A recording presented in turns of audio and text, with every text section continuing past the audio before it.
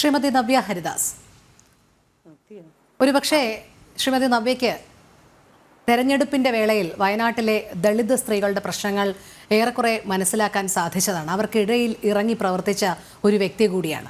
നമുക്കറിയാം, ദളിത് വിഭാഗം നേരിടുന്ന വലിയ പ്രശ്നങ്ങൾ കേരളത്തിൽ ഇപ്പോഴും ഒരുപക്ഷെ നേരത്തെ പറഞ്ഞതുപോലെ സ്ത്രീ സുരക്ഷയും ദളിത് വിഭാഗം വലിയ രീതിയിൽ തന്നെ നേരിടുന്നുണ്ട്. അവരുടെ കുടികളിലടക്കം പട്ടിണിയും ദാരിദ്ര്യത്തിൻ്റെയും ഫലമായി ചൂഷണം ചെയ്യപ്പെടുന്ന നിരവധി സ്ത്രീകളുണ്ട്, പെൺകുട്ടികളുണ്ട്. അതൊക്കെ നമുക്ക് കണ്ടില്ല എന്നടിക്കാൻ കഴിയുകയില്ല. പക്ഷേ ഇവിടെ നിയമ സംവിധാനങ്ങൾ എത്രത്തോളം ഇവർക്കെല്ലാം ഉതകുന്ന തരത്തിലുള്ള ഒരു സുരക്ഷ ഉറപ്പാക്കുന്നുണ്ട് എന്നാണ് നവ്യയ്ക്ക് പറയാനുള്ളത്.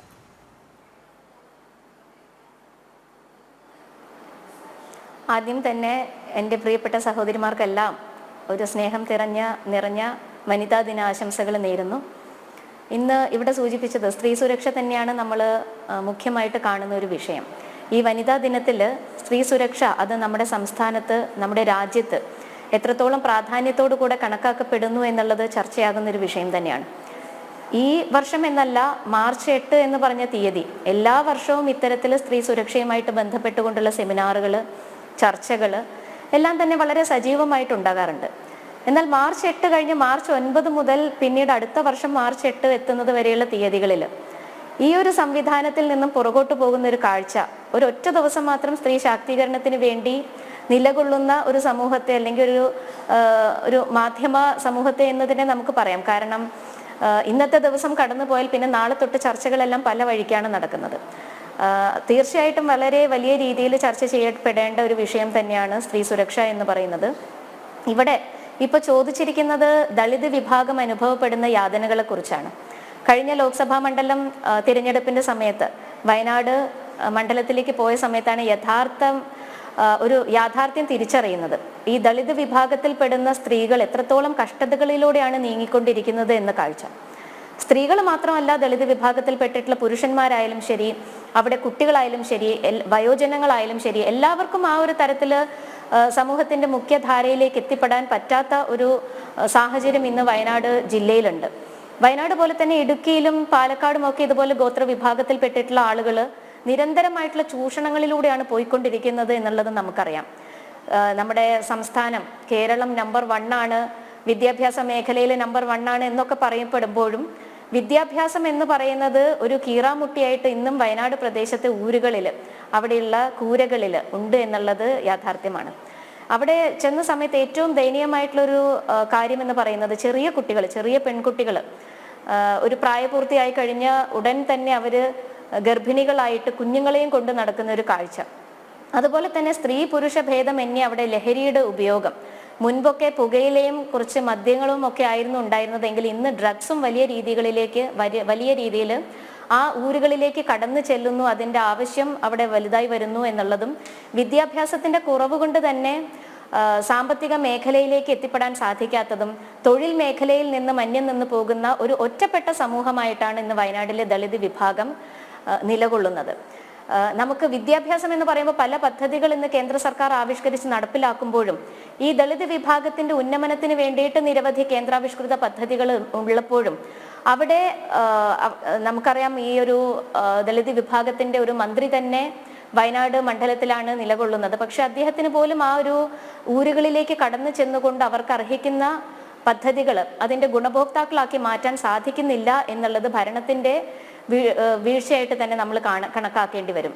കാരണം കോടിക്കണക്കിന് രൂപയാണ് ഇന്ന് SC/ST വിഭാഗത്തിൽപ്പെട്ടിട്ടുള്ള ജനങ്ങൾക്ക് അനുവദിച്ചത് ലാപ്സായി പോകുന്നത് നമ്മുടെ സംസ്ഥാനത്ത് ഒരു സ്ഥിരം കാഴ്ചയായിട്ട് കണ്ടുവരുന്നത്.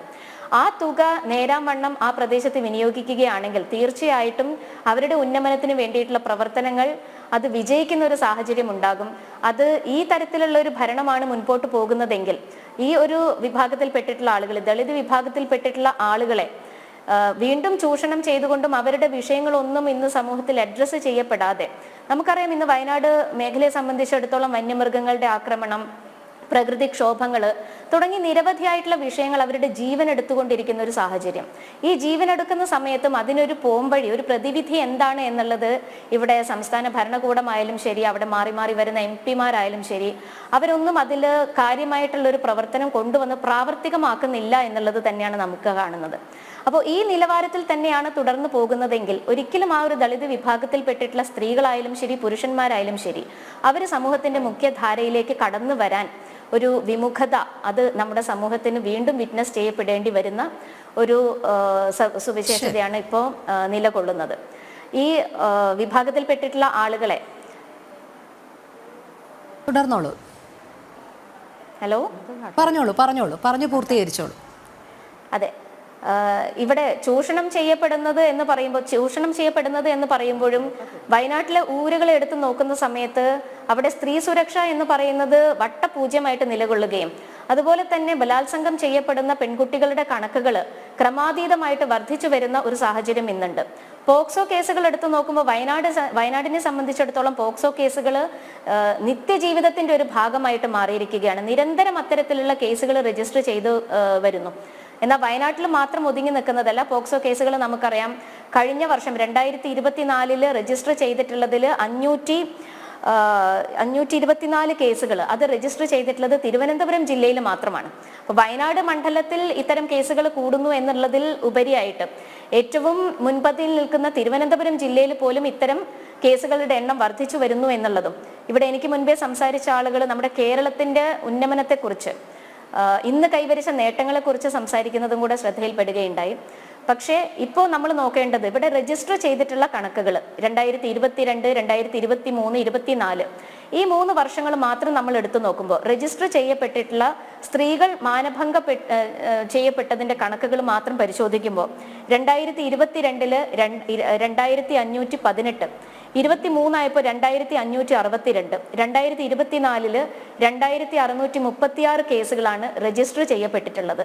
അപ്പോൾ കണക്കുകൾ പ്രകാരം നോക്കുമ്പോൾ 22-നേക്കാളും 23-ൽ കൂടി 23-ലെ കണക്കുകളെക്കാൾ കൂടുതൽ 24-ൽ അത് വർദ്ധിച്ചു വന്നതായിട്ട് 100ഓളം മാനഭംഗ കേസുകൾ വർദ്ധിച്ചു വന്നതായിട്ട് നമുക്ക് കാണാൻ സാധിക്കും. അപ്പോൾ കേരളം മുന്നോട്ട് എന്ന് പറയുമ്പോഴും ഈ മാനഭംഗ കേസുകളുടെ രജിസ്റ്റർ ചെയ്തിട്ടുള്ള കണക്കുകൾ, രജിസ്റ്റർ ചെയ്യപ്പെടാത്ത നിരവധിയായിട്ടുള്ള കേസുകൾ ഉണ്ടാകുമെന്ന് നമുക്കറിയാം.